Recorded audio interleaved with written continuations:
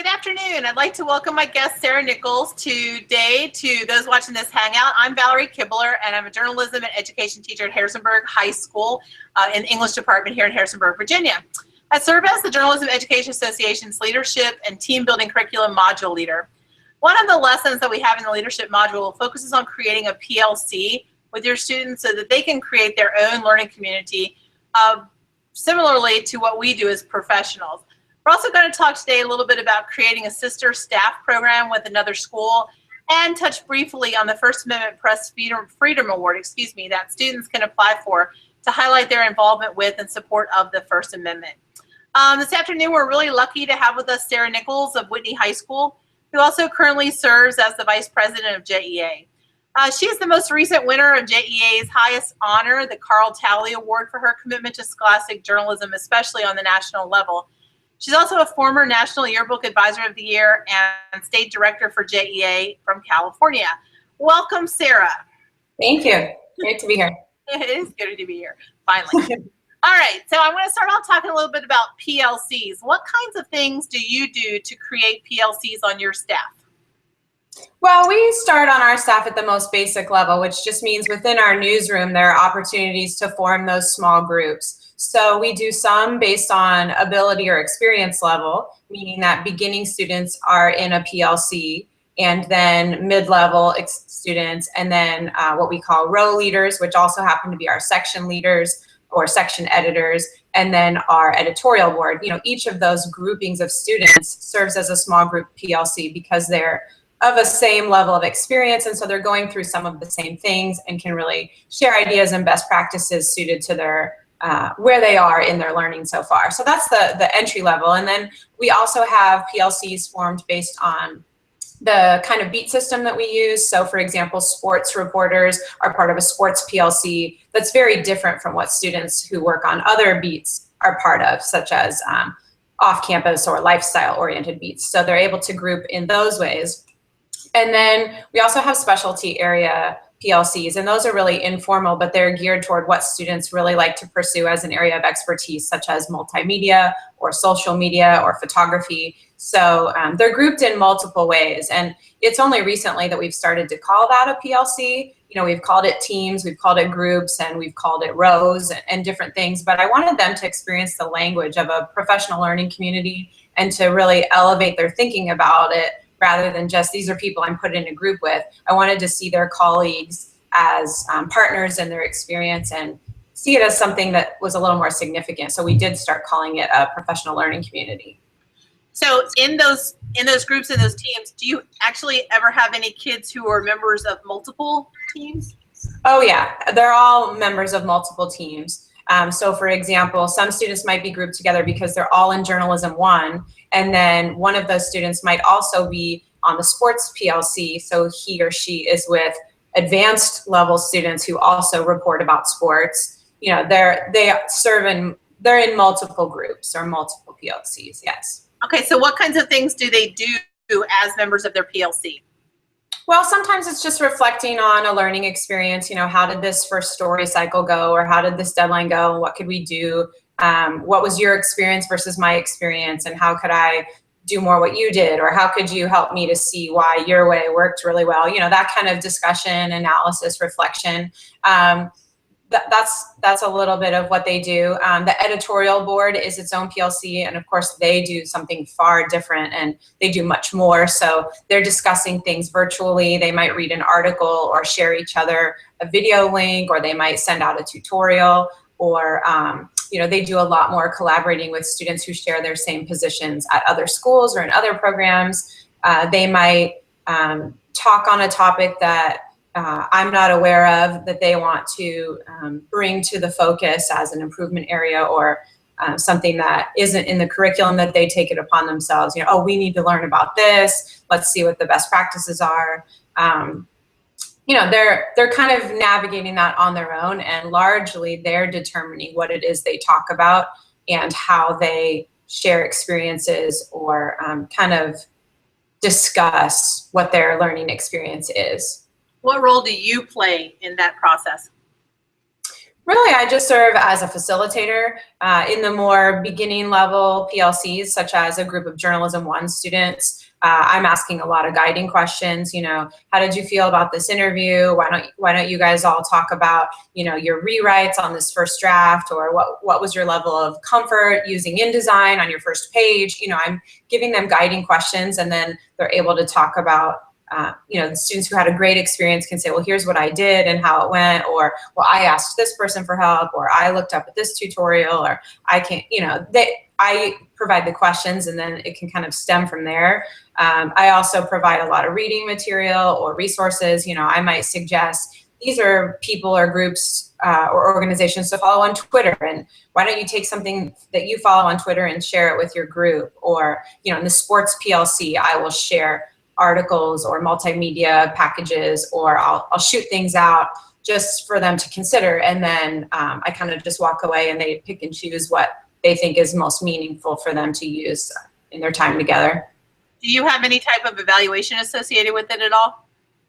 It's largely reflection based. So they are doing a combination of a Google Doc, Google form, where they're sharing, you know, what they're learning, what they're taking away, how they can apply it, what lingering questions they have, where they might go to find answers to those questions. So it's informal. I do read them, I do comment on them, I do give them points for completing them, but it's more like a progress check than it is a check for understanding. I'm using it to guide, okay, this is what they're talking about, this is what they're doing, these are the things they're thinking on or working on. You know, it's not measuring, did they learn this particular skill? Right. It's, you know. Has it gotten to the point with your upper level ones, your editorial PLC, where they begin to really choose their own topics and maybe find their own articles and share with each other to kind of they guide their own? Absolutely. We've seen that now for a few years, that the editors are truly like the best and most like professional working model of a PLC, because they do that with each other, and then they've branched out to do that with other schools and with professionals and with relationships that they've built. And I'm entirely out of that one. So they will share things that I find out later, you know, that one student brought into the fold a particular article or topic or issue or concept that you know, just came completely externally. And so yeah, they're really driving that on their own. They take the initiative to email people or say, hey, would you Skype with us, or could you meet with us? You know, we're going to be at the convention in Orlando. Could we sit down with you? You know, they've gone out and sought those connections on their own, which is Right. really exciting. I mean, that's when it's truly operating as I intended. Yeah, and almost a great mirror of a professional PLC anyway. So that's a great segue to talk a little bit about the sister staff experience, which I firmly believe can be for a staff of any experience level. Talk a little bit about how you've done that in the past, and maybe a little bit about what we're doing this year so they can help folks out. Yeah. We've tried it in different ways over the years, but specifically what we're doing this year, I feel like students just really connect with their peers, and I want them to see that they have colleagues outside of our program who are really learning the same skills, practicing the same things, and facing the same challenges. So I think that it often validates what they're learning in the classroom for me to hear that another student is, you know, tackling that same thing somewhere across the country, and that maybe there's a comfort level there of asking a peer for help, or comparing or getting best practices, you know, completely outside of the advisor or classroom setting. So it started as a support system, as you know, because our schools are collaborating. You know, the introduction was largely based on getting to know each other, sending little care packages, you know, encouragement during deadline times, you know, another set of audience members saying, hey, we'll follow your social media, we'll read your stories, we're excited to see what kind of work you produce. But then as those relationships formed and as students became comfortable together, they're able to have Google Hangouts, they correspond through text message and email. They can ask each other, hey, I'm working on this editorial, what do you think about this? I know one of the things they talked about together early in the year was advertisement sales, because that was just an area where they had a lot of questions of different ways that maybe we could operate differently or better, and they really wanted to, you know, pick your students' brains on that. So they've identified, you know, key areas where they want to learn or grow or maybe change things. They're very interested in experimentation and very open to new ways of doing things. So it has just really stemmed from there, from the hangouts to supporting each other during, you know, key deadline times or stories that they might be covering that are a little more delicate. You know, it's just another set of allies, so to speak, as we learn and grow together. So it's been a really positive experience. It really has been. And I think one of the fears from my end, my students' end in the beginning was, oh my gosh, are we going to be acceptable to them? Are they going to be like us? And that very first Skyping experience was pretty much like a blind date.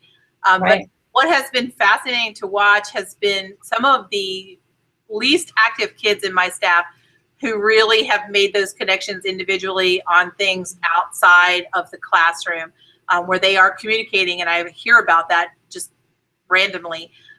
One of the coolest things is when we left Orlando, they were following Twitter feeds through the awards assembly and were shouting up to me in front of the bus, like, Whitney just got this, and Lori's school just got this. Did you see this?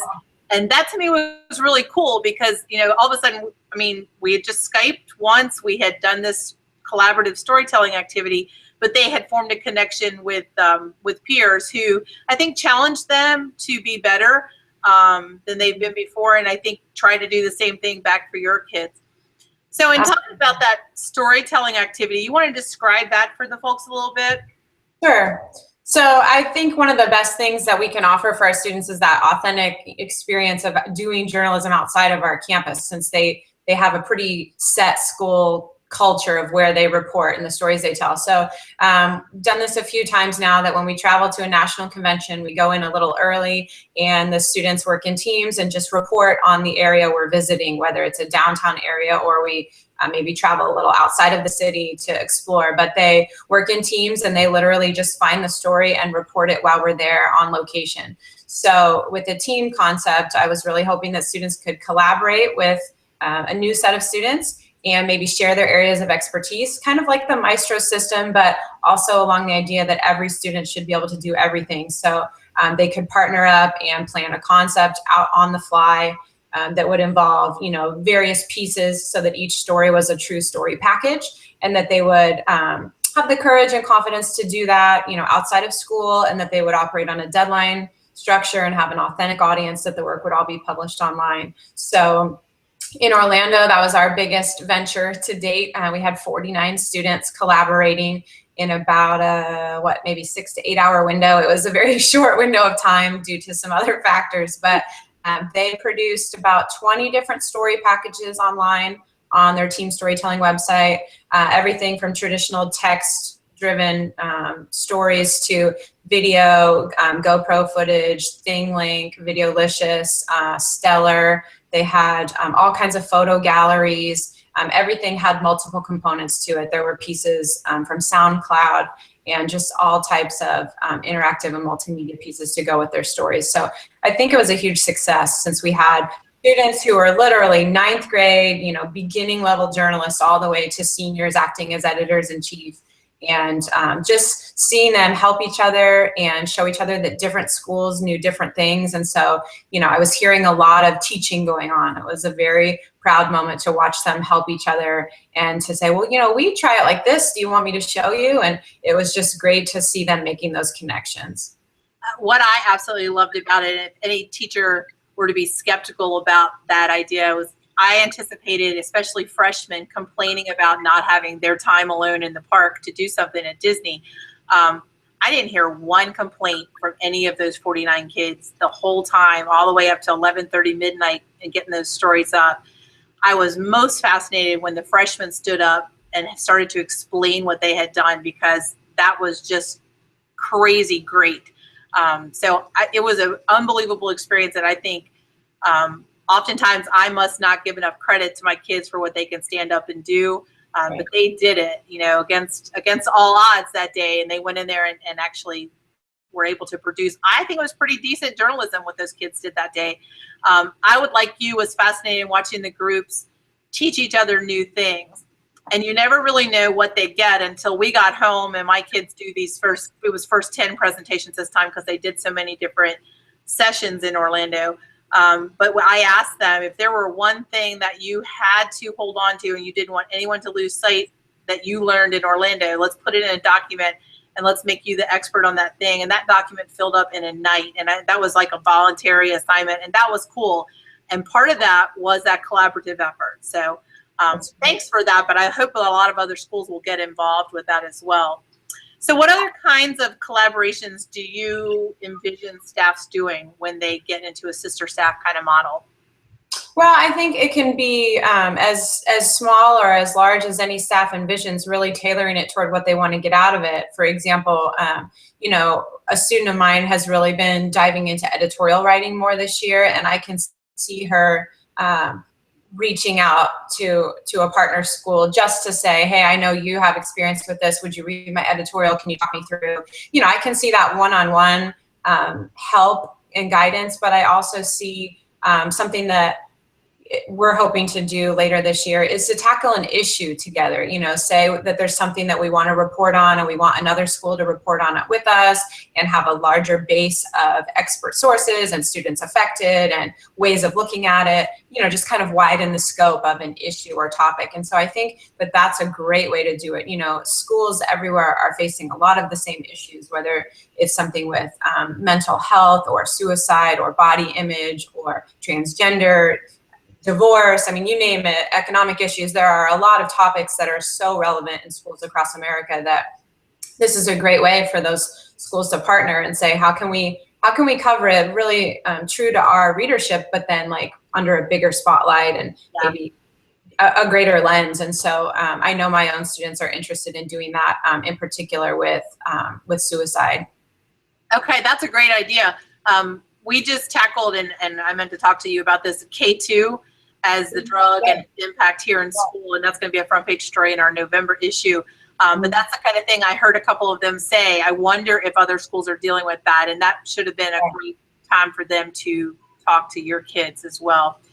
I think one of the things that's been the coolest has been the fun angle of that. In fact, yesterday when we were talking about Christmas party, social kind of thing, one of the first suggestions was, let's put together a care package that shows Whitney what we do for our Christmas celebration, and we'll just do it for them in a box. Oh, that's great. What'll be happening. But it's really kind of cool and different and weird, but at the same time, they will do that and have fun. And not only will it help them bond, but I think it will help both of our staffs bond and your kids as well. So that's kind of cool. I know one of the things that you talked about too, is our last topic here today, is the First Amendment Press Freedom Award that JEA sponsors. And my kids are interested in applying for that. They know that your kids have done that before, and I think there'll be a conversation between the groups about what's involved there. So as JEA Vice President, can you tell us a little bit about that award and how students apply? Sure. So I had the pleasure last year of watching my students apply for the first time. So the First Amendment Press Freedom Award is just an opportunity for as many schools as possible in the country to be designated as First Amendment schools, which means that the students produce media and operate with free expression, you know, completely free of administrative censorship, and that the work that they do is supported by administrators. It is not subject to prior review. It is not censored. They are not operating with filters that stop them from reporting. You know, it shows that everything about that school is in support of and practice of and in celebration of the First Amendment. So there are 2 rounds to the application process, and the first round is due December 15th. And that information is available on JEA.org as well as the Scholastic Press Rights blog site, which is JEASPRC.org. And the application really entails a series of questions that the editor completes. And, you know, some of it talks about the coverage and the reporting that you do. Some of it is about the mission. Some of it is about your editorial policies and your coverage philosophy, things like that. And then some of it is more specific and technical about, you know, prior review, administrative censorship, filters, does someone read your story before you post it? Does someone tell you to take something out? Some of the questions almost would feel maybe even like trick questions, because the students are like, this is asking the same as this. But it's really to make sure that all of the potential schools, all of the applicants understand. Sometimes people apply and they don't even realize, oh, you're being censored, or oh, that's prior review. You didn't know to call it that, but what you just said you do is prior review, and so it's really like a learning experience for the schools who apply, because if a school applies and it is not recognized as moving to the next round, they receive information. That staff and advisor receives information about things they could change, things they could do differently, resources, what they could learn, where they could go for help. So it's truly instructive at that level, in addition to the schools who are truly operating, with the First Amendment and with administrative support, who might be chosen to advance to the second round. So in the second round, that's sort of like a finalist phase, I guess you could say. And there's a portion that editors complete. Again, each editor completes that. And then there's a portion the advisor completes, and then there's also a portion that the administrator completes. And so it really shows that alignment, that all of the key players are on the same page in the support of First Amendment, and that students are the ones making the content decisions and acting as the true, editorial leaders to determine the content, and to things like takedown requests, or things like, should we cover this or not cover it? Or do we know what it means to do this versus that? Every single aspect. So it's, like I said, my students did it last year for the first time. And I love knowing the discussion they went through. I had multiple editors. And so in the first round, it was okay for them to complete it together, I think. And then in the other rounds, they each completed it separately. And so it was those are the rules. And it was interesting afterward to hear their feedback on that, and to know that each one of them had taken it so seriously and with so much pride. It really reinforced that within our program. And so their commitment this year was not only to apply again, as schools can do, but also to reach out to other schools and to share with them what it meant to them to be a First Amendment Press Freedom Award winner, and why every school should seek that designation, to kind of stand up and speak out a little bit more about the value and significance of that. Yeah, I think one of the big misconceptions has been in the past that you had to have had some kind of issue at your school in order to be able to apply for this and overcome that issue. And that's not the case at all, right? No.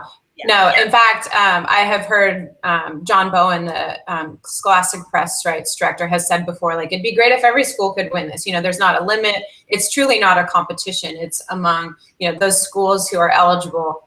They can all be eligible. And it's really just based on, this is your policy, and this is your practice, and this is how you can back that up.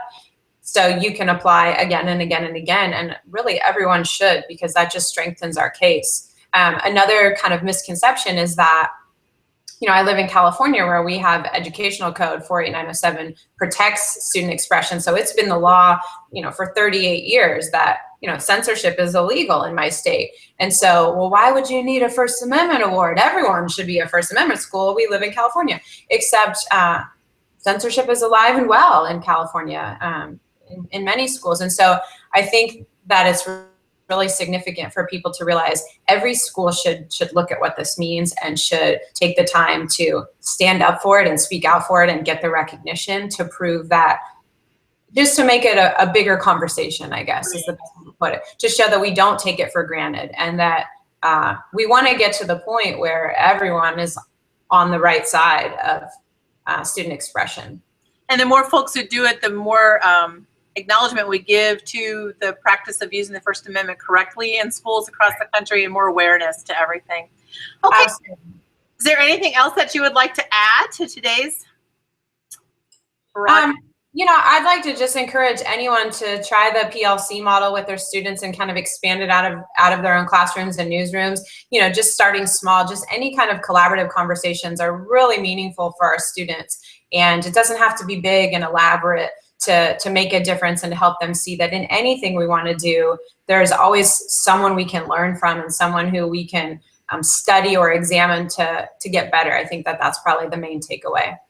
Yeah, I think too that oftentimes, especially new programs, will be very intimidated to work with the experienced programs, and the kids think we're not as good as they are. And I kind of think that mine went into our collaboration feeling that way. and have left it feeling more that it is a give and a take. Like there are things that they have given and there's lots that they have taken, but it is more equal. And I think the greatest thing that any of us can figure out is that kids are kids, no matter where they're from, and they all have the ability to make their program as great as they want to. And so I think it's just like when we go to conventions and they hear other people say things. I've watched these first 10s this week, and they stand up there and say everything that they've heard in the classroom for the last umpteen years, but all of a sudden, like the gospel somebody has said it out there at a convention. And so if that's what it takes, that's fine. And to me, I know this is way off topic, but that to me is the importance of getting kids actually to conventions or to different opportunities that allow them to learn from other people. Thank you so very much for joining us today. I appreciate all of the infinite wisdom that you've shared. We will see you guys next time. Thank you. Awesome. Take care. Bye-bye.